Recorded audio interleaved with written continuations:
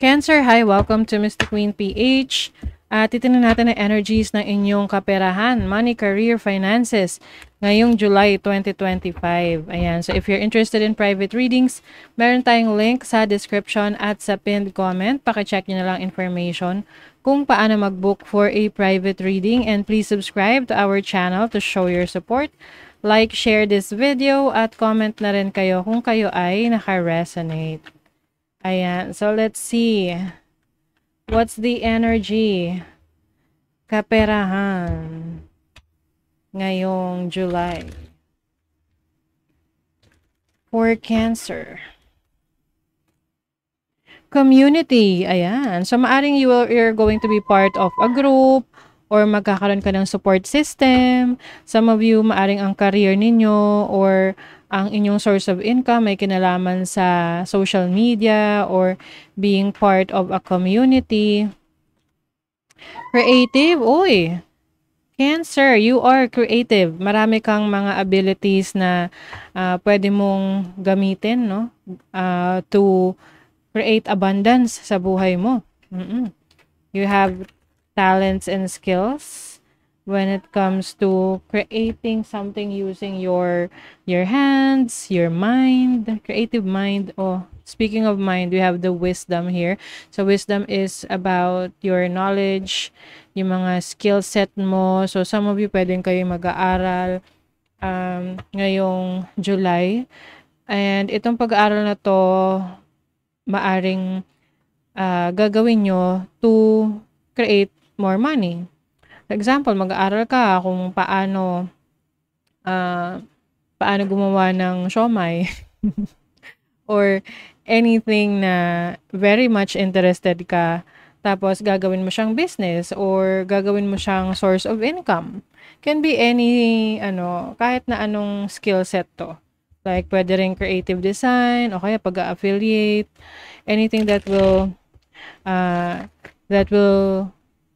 create more, or parang meron kang gagawin to show it to the world, yung iyong abilidad. Kasi you already have the audience, no? Maaring meron ka ng certain following sa social media or sa community nyo. And, pwede mo yung gamitin to network, to create abundance. Some of you naman pwedeng yung inyong abilities, talents, gifts ay isi-share nyo through teaching, mentoring, coaching. At yung pag-mentor, pag-teach, pwede mo ring i-monetize, diba? Uy, may 3 of Swords. What is this? Yung iba sa inyo pwedeng may financial challenge ngayon. You may be struggling to be creative. Pero huwag kayong mag-alala kasi magbabago yan ngayong July. May mga creative blocks for you. Yung iba naman, kaya nagsastruggle sa ngayon is because meron kayong personal issues. Pwedeng naapektuhan yung productivity ninyo dahil sa meron kayong pinagdadaanan personally, like personal problems, relationships. You have the Ace of Wands. So, I feel like madadivert yung attention mo sa bagong exciting na new beginnings when it comes to your career, finances, yung trabaho mo. Wow, you have the King of Pentacles. So, this is stability, no? Sa yung career path. So, ang nakikita ko rito is not, itong 3 of Swords na to, this is not about disappointment sa career or trabaho or finances mo. I feel like this is outside your career or your business or your money. Outside influensya. Like, yung iba, meron kayong issues with your parents, your partner, or personal issues na hindi naman talaga dahilan ay trabaho or pera. So, ngayon, magkakaroon kayo ng opportunity na ma-divert yung attention nyo sa inyong career, trabaho. At least, mas magiging fruitful kayo or productive. Oy, you have the Magician. So, this is your abilities, your talents, your skill set. Actually, ang dami nyong pwedeng gawin ngayong July that will enhance your finances or yung income ninyo. Some of you are into manifestation. Meron kayong mina-manifest na position sa trabaho na makukuha nyo, na hindi nyo inaasahan na sa inyo maibibigay yung, o 'di ba, may offer. Sa inyo may offer yung trabaho na yan or position na yan.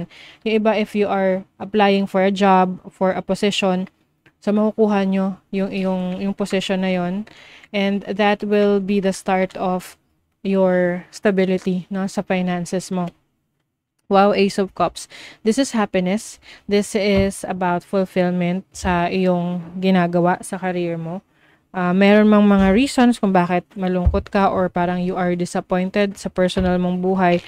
But sa kabilang banda, pagdating sa career, trabaho, doon ka naman mas i-bless. Doon mas maraming opportunity para sa'yo.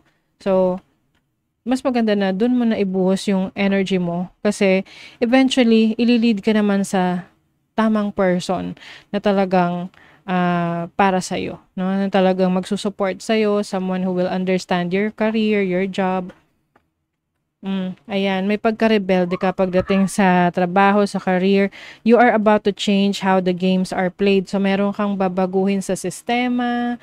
Pwedeng meron kang may pagka-scientist yung energy mo or someone na yung mga nag-iimbento, nag-iimbento, inventors, yan, ganon. Grabe. Your dream life is manifesting magically. I think kaya nakakaranas kayo ng challenges sa ngayon is because tinetest ni universe yung strength mo, yung lakas mo, yung resilience mo. Just do it. If there's something that you need to start, you need to do, gawin mo na. Dahil yung procrastination, yung pagpapasawalang bahala or ang tawag nito, yung hindi mo muna gagawin, 'di ba? Oo. Yun yung parang yan yung magpapahirap sa iyo na lalo mong nadidelay yung mga bagay na dapat mong gawin. So, if there's something that you need to accomplish, to do, task, kahit maliit na task yan, gawin mo na, tapusin mo na. Okay? You also have a very charming energy. So, kumbaga, people are captivated sa'yo, sa galing mo, kakayanan mo. Some of you are being seen in public, like you are a public figure, so, or public servant, or meron kang audience na nakaka-appreciate sa'yo. Now is the time to get out into the world and connect in authentic ways. Yes, ito na raw yung time para mas maging totoo ka sa sarili mo about what you really want. Prosperity is flowing. Have faith that you will receive it in the perfect form. Yung prosperity, marireceive mo yan ngayong July sa kung ano yung kailangan mo. Let go of others' thoughts and opinions. It is time to embrace who you really are. O, diba? Pagiging authentic mo sa sarili mo, being true to yourself, you have to embrace that. Kasi dyan ka mas mag-excel, dyan ka mas makikilala. Huwag mo nang pansinin yung mga taong may kanya-kanyang opinion sa iba't ibang tao kasi we can't please everybody. Okay? Just focus on yourself. So, that is your reading, Cancer. Thank you so much. See you again.